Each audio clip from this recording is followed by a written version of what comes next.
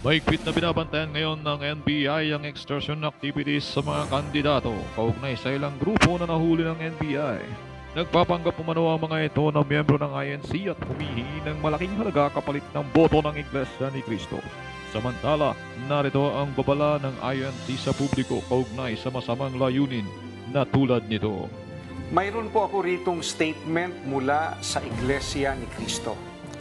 Nagpapasalamat kami sa mga autoridad, partikular po ang NBI, sa kanilang maagap na pagkilos upang madakip at mapapanagot sa batas ang mga nanloloko sa mga politiko upang makunan nila ng salapi na ang ginagamit at dinudungisan ay ang pangalan ng Iglesia ni Cristo.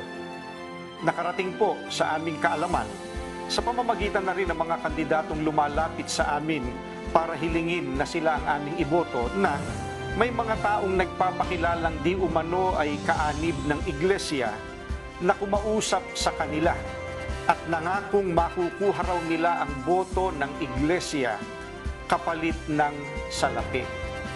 Ipinaalam namin kaagad ito sa mga alagad ng batas na gumawa naman kaagad ng entrapment plan para mahuli sila sa akto sa pagsasakatuparan ng kanilang masamang gawain.